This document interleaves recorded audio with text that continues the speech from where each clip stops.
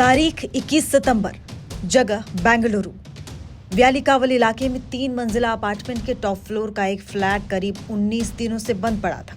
जब फ्लैट से बदबू आने लगी तो पड़ोसियों ने दूसरी चाबी लेकर फ्लैट खुलवाया, लेकिन दरवाजा खुलने के बाद आंखों के सामने जो मंजर था वो दिल दहला देने वाला था।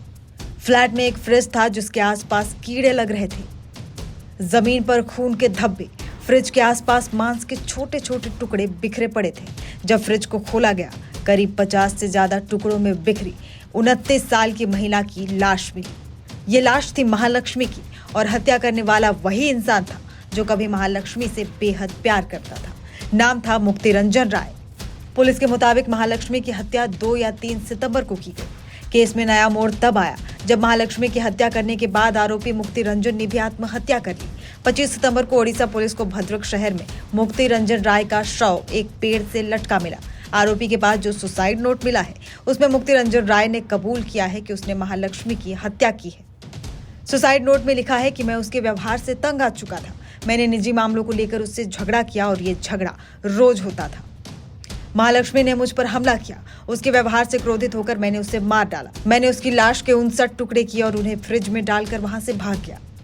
ये कहानी तो एक पहलू है। दूसरा पहलू ये भी है कि कुछ रिपोर्ट्स में ये भी बात कही जा रही है कि मुक्तिरंजन इस बात से नाराज था कि महालक्ष्मी किसी तीसरे शख्स के करीब आ रही थी। हालांकि वो तीसरा शख्स कौन था इसका खुलासा नहीं हो सका है।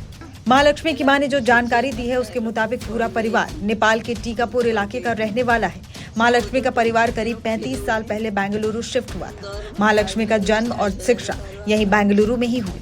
फिर हेमंत दास नाम के शख्स से शादी हुई, लेकिन सितंबर 2023 में दोनों अलग हो गए थे। इसी साल वो मुक्तिरंजन से भी मिली। दोनों एक ही मॉल के अलग अलग दुकानों में काम करते थे। महालक्ष्मी मॉल के एक कॉस्ट्यूम आउटलेट में टीम लीड के तौर पर काम करती थी और मुक्तिरंजन की उसी मॉल में मोबाइल की दुकान थी। मुलाकात के बाद दोनों के बीच बातें होने लगी, सिलसिला आगे बढ़ा और दोनों के बीच दोस्ती हुई। पुलिस की जांच में पता चला था कि महालक्ष्मी ने आखिरी बार अपनी मां से बात की थी।